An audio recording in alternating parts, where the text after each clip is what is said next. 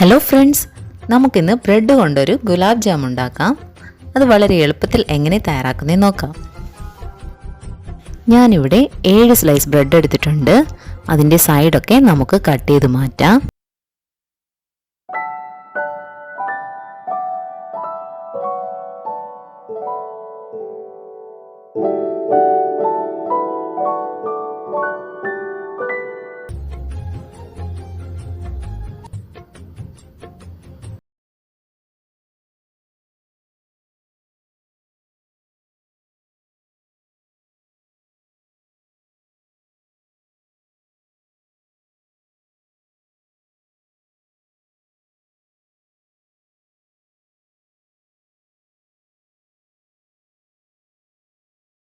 നമുക്കൊരു മിക്സിയുടെ ജാറിലിട്ട് നമുക്ക് നന്നായി പൊടിച്ചെടുക്കാവുന്നതാണ്. പൊടിച്ചെടുത്ത ബ്രെഡിനെ നമുക്കൊരു പാത്രത്തിലേക്ക് മാറ്റാം. ഇതിലേക്ക് 2 ടേബിൾ സ്പൂൺ പാൽപ്പൊടി ചേർത്ത് നമുക്ക് നന്നായി മിക്സ് ചെയ്തെടുക്കാം.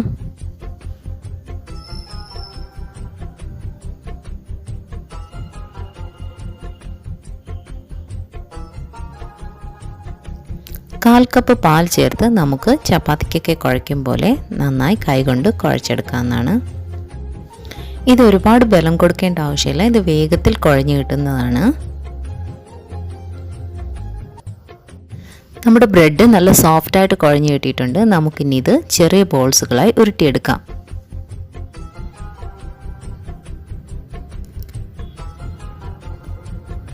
ഈ ബോൾസുകൾ നമുക്കിനി ഫ്രൈ ചെയ്തെടുക്കണം. അതിനായി ഒരു ചീനച്ചട്ടി അടുപ്പിൽ വെച്ച് ആവശ്യത്തിന് വെളിച്ചെണ്ണ ഒഴിച്ചു കൊടുക്കാം.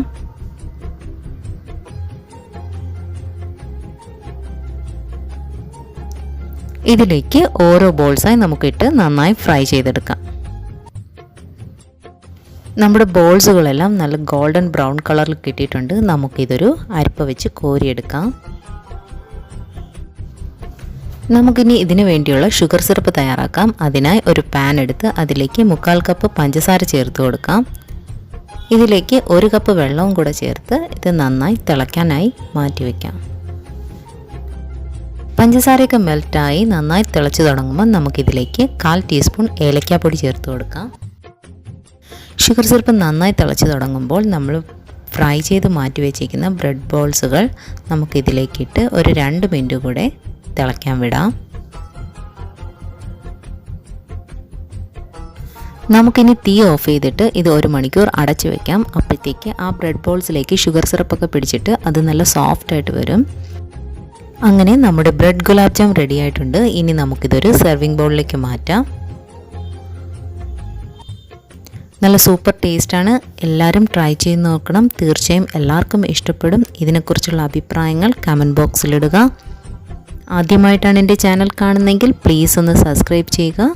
വീണ്ടും കാണും വരെ താങ്ക് യു.